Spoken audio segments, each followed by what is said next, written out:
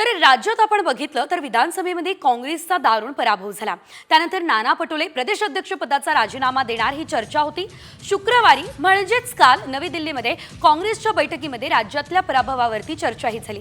मात्र पटोलेंच्या राजीनाम्यावरती चर्चाच झालेली नाहीये। त्यामुळे नाना पटोले काँग्रेस प्रदेशाध्यक्षपदी कायम राहणार का हा प्रश्न सध्या उपस्थित केला जातोय। तर कालच्या बैठकीनंतरही या राजीनाम्यासंदर्भात बोलण्यावर काँग्रेसच्या वरिष्ठांनी नकार दिलाय। त्यामुळे एकंदरीत जी काँग्रेसमधली नाराजी आहे ती तर समोर आली आहे, मात्र प्रदेशाध्यक्ष पदावरती कुठलाच निर्णय झालेला नाहीये।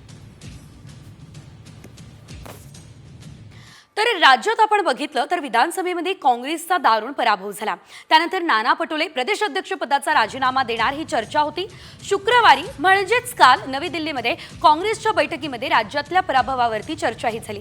मात्र पटोलेंच्या राजीनाम्यावरती चर्चाच झालेली नाहीये।